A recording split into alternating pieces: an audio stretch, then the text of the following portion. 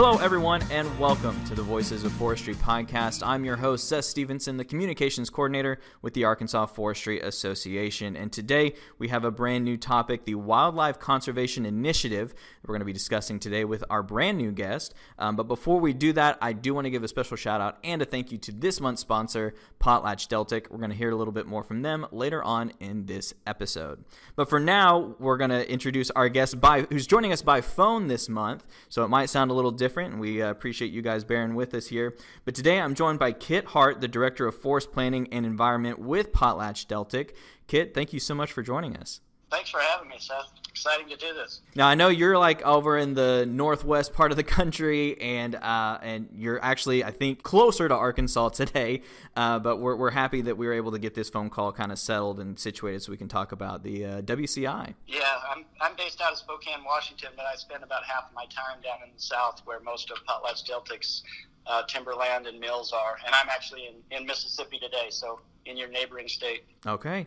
Well, now, that kind of leads us into a little bit about what you do, Kit. If you don't mind letting the folks know kind of what your background is with your career. Yeah, absolutely. I've been in the forest industry about 30 years. I started working in the early 90s with Georgia Pacific. Then I worked many years for Plum Creek Timber Company, and about 6 years ago I came to Potlatch-Deltic and started in my role with Potlatch-Deltic. And so, my background is timber and wildlife. I've spent basically my whole life outdoors and hunting and fishing and recreating, hiking, and that kind of thing. And then I took that love and that interest, and I got my formal education in fisheries and wildlife and forestry, including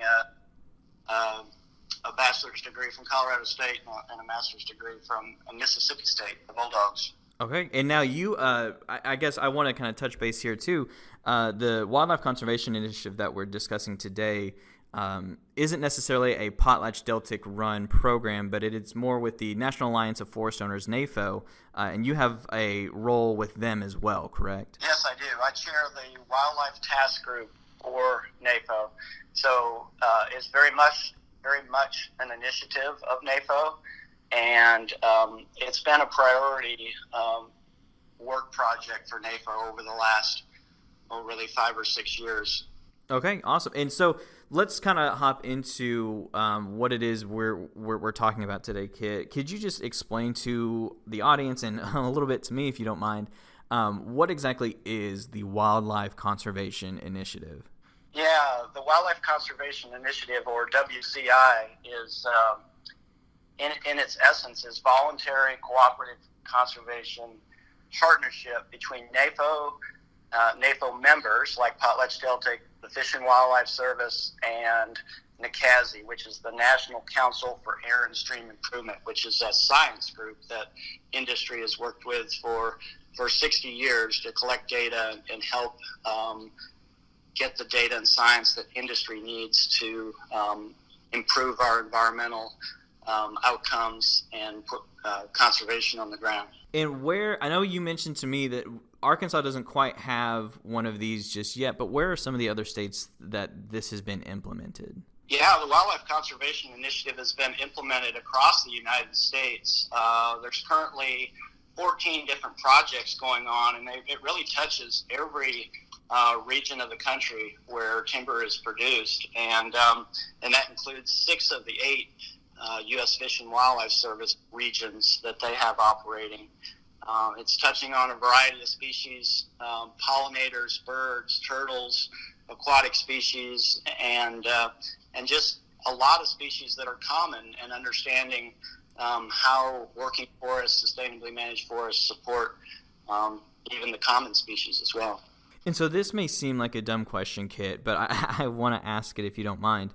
Why did NAFO, why did Fish and Wildlife, why did all of these groups see a need to create and implement something like the WCI?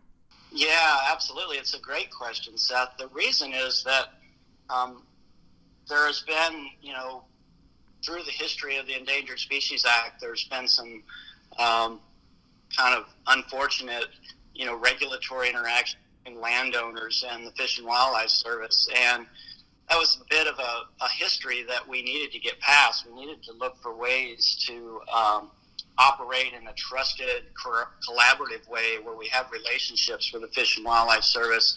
They can understand forestry and best management practices and the things that we do on the ground, and we can understand, their regulatory challenges.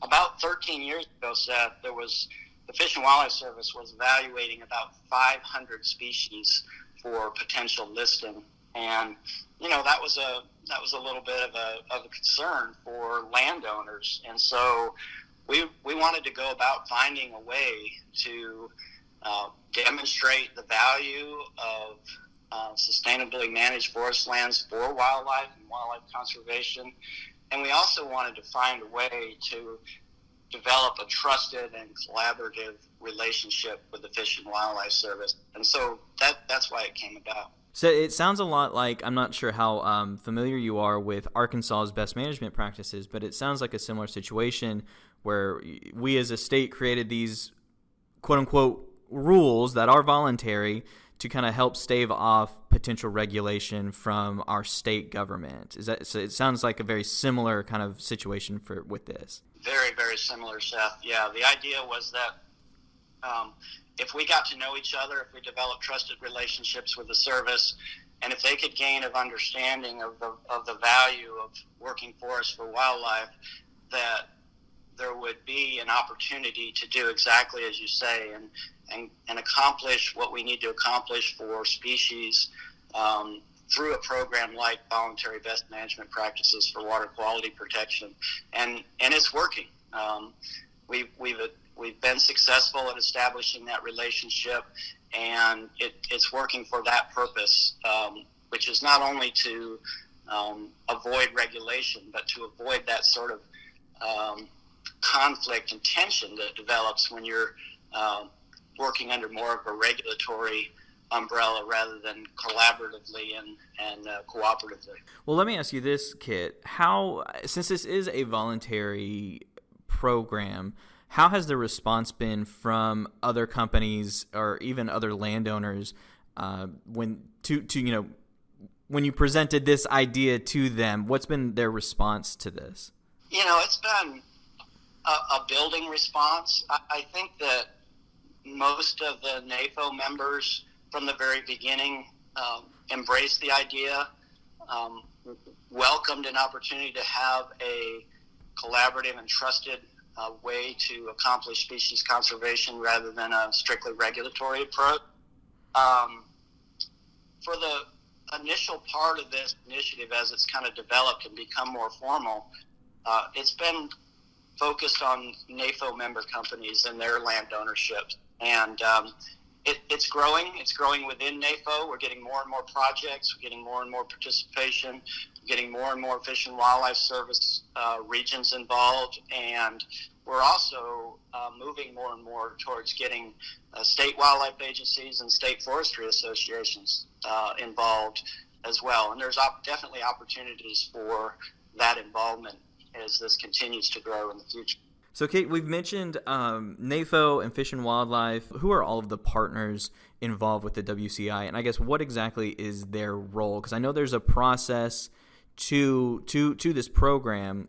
Could you kind of explain who these groups are and what role they play? Yeah, absolutely. So NAFO membership, I think there's about 46 million acres of timberland owned by NAFO members. And so that gives a great land base for the initiative to start working on. So the official partners in this are all of the NAFO members under the NAFO umbrella, and the U.S. Fish and Wildlife Service and all of their field offices across the country, and the National Council for Air and Stream Improvement. Those are the official three core members.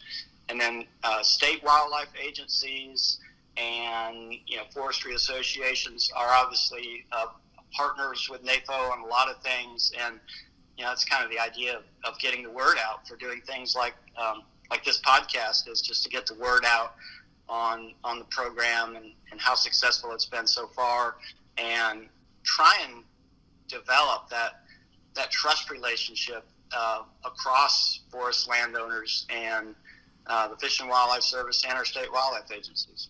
And so, Kit, a big part of this, I guess the major part of this, is the conservation side of things, is protecting some of these endangered species that can be found, obviously less and less now, but can be found in forest lands. So can you kind of just explain to the audience here, what are the factors that the group looks at when determining which species needs their assistance? Yeah, absolutely. It's really a regional driven process. The Fish and Wildlife Service has species that they're interested in, maybe evaluating for listing, or wants to understand their conservation status. And, those species are different in the Pacific Northwest and the Northeast versus in the Southern U.S. And so there's a lot of collaboration at the regional level for NAFO members, and this is the individual representatives of the companies with NAFO's involvement as well, discussing, what are the priorities, what species are at risk of being listed, what types of habitats do they need, and how well do we understand how working forests are providing those species, or if there's some particularly habitat element or habitat structure that might be missing. And so then based on those conversations, we design projects. Might be a survey where we go out and we try and figure out whether there's a species present. For instance, we might go sample streams and figure out whether there's a certain mussel species that's present, and are they in abundance, or are they rare and declining? And then based on surveys, we also have research ongoing and trying to determine the habitat benefits of things like early successional forest and thinned and open canopied forests for species of conservation concern, or sometimes they're called species at risk.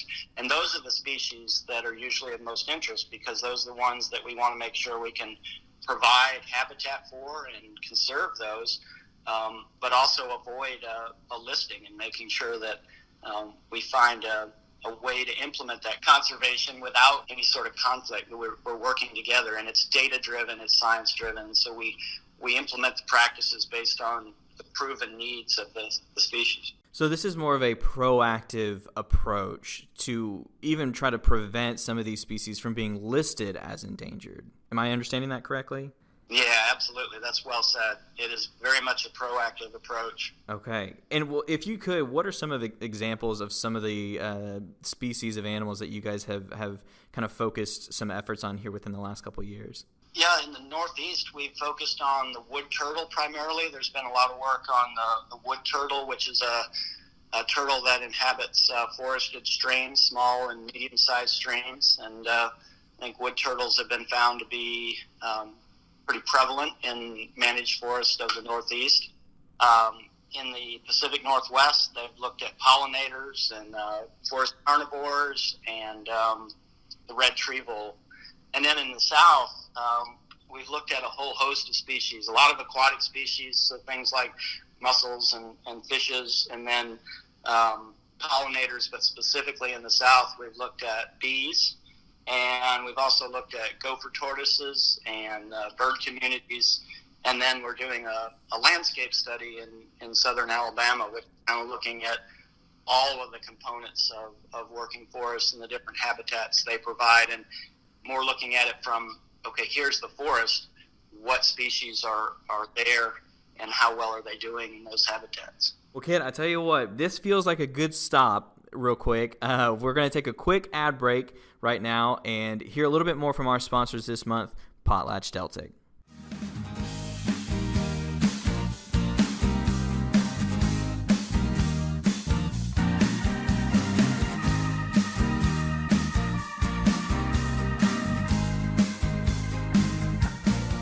At PotlatchDeltic, we know Arkansas, our forest, our land, and our people. We are here in Arkansas every day, sustainably managing timberland, producing lumber, developing Chenal properties, neighborhoods, and selling recreational real estate. If you're interested in having a place of your own for hunting, hiking, fishing, or just relaxing, visit our website at potlatchdelticlandsales.com.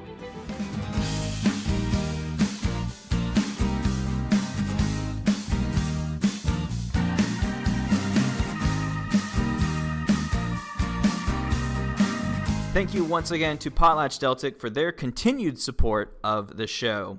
So, Kit, we kind of talked about what the initiative is and who's involved and kind of what you guys are doing, but do you have any maybe specific success stories that NAFO or Fish and Wildlife like to tell when talking about this initiative to other groups? Yeah, absolutely. There's several, but I think the one that would be most relevant and has probably had the biggest impact is that the Fish and Wildlife Service has, I think over the last 4 or 5 years, had several, I don't know exact count, but a half a dozen listings of aquatic species, primarily mussels. And when they've made those listings, they have specifically recognized forestry with best management practice implementation as being protective of aquatic species. And so, in other words, a landowner doing forest management on their lands, as long as they follow BMPs, there wouldn't be any idea that they would have had a violation of the Endangered Species Act. There's no take, as they call it, under the Endangered Species Act that would have occurred. And for the service to really recognize the 40 years of the good work of landowners implement BMPs and recognize that they're implemented and that they're effective, and putting that in their listing rules is a big deal. And it's really helpful to landowners, so they don't have to worry about having an Endangered Species Act violation when they're conducting their forest management. And I think that's a pretty important thing. We've spoken to a couple landowners now on the show, and I think one thing that we try to get across with our audience here is that these landowners aren't out there just trying to juice everything they can off the land. Like these landowners truly love the lands and the animals and other species that just live and grow on their properties. Yes, landowners are, they're the original conservationists, and they're pretty darn proud of what they do, and they should be. And, what they do, protecting streams and protects aquatic life, and it has been, and the Wildlife Conservation Initiative is really just a way to talk about that kind of thing with the Fish and Wildlife Service and help them understand that landowners are just as you described, that they're really interested, they're proud of what they do, and they want clean water and they want a productive forest. They don't think there's any need to be regulated on things like that, and they're right. They're doing a great job, and they want recognition for that. It's almost just like second nature to them that, well, yeah, of course, this is what we do to help make sure that our land stays nice and healthy. It's ingrained in who they are. Absolutely. All right. Well, Kit, I know kind of backtracking here a little bit to our conversation before the break there, but you said that when the initiative started and kind of right now you guys were focusing mostly on the NAFO companies and partners. What are you guys doing to kind of get more companies maybe outside of that NAFO umbrella? What are you guys doing to kind of draw more companies and landowners into the WCI? Well, the main thing we're doing is we're trying to get the word out. We're letting people know. Fish and Wildlife Service has done some press releases. NAFO's done press releases, and then we're doing things like this podcast. We have to get broad landowners broadly to know about the initiative and to begin to understand it and get comfortable with it. People are going to be a little bit cautious. They want to understand something before they get involved. So letting the State Forestry Association and their members know, letting the state wildlife agencies know, so that we can work on species that maybe aren't as at risk or maybe not as contentious. And then things like the Forest Landowner Association at the federal level, they're involved. And even other industries like agriculture and utilities are starting to notice what we're doing and expressing an interest with the service and working in the same kind of collaborative, trusted ways. Well, Kit, is there a certain place that people, any landowners or any members of companies that are curious, that are listening, is there a place that you can kind of direct them to learn more or get in touch with somebody to get more information? Yeah, I would go to the NAFO website and go to their Wildlife Conservation Initiative section. There's a great deal of information there about what the Wildlife Conservation Initiative is. There's information there about a recent MOU, Memorandum of Understanding, that was signed with the Fish and Wildlife Service. And there's the Fish and Wildlife Service link to their press release there on the NAFO website. So I'd start with the NAFO website for sure. And we'll make sure we get that linked in the description of this episode as well to make it pretty easy for folks who are listening that want to find more information. You can just find a link there in the description of this episode. So, Kit, as we kind of near the end of our conversation here, there's only so much information we can get with the time allotted to us, but what does the future of the Wildlife Conservation Initiative look like to you? What do you hope to see happen with this effort? You know, the Wildlife Conservation Initiative is about sustainable conservation of working forest land, but it's based in trusted relationships with the Fish and Wildlife Service and all the others that have a vested interest in wildlife conservation. Continuing to build those trusted relationships, getting to know each other better at the regional field office level of the Fish and Wildlife Service, and making sure that we use data, field data, to drive our decisions is what the future of it looks like. So we can just continue to provide the resources to make this initiative an ongoing dialogue with the Fish and Wildlife Service.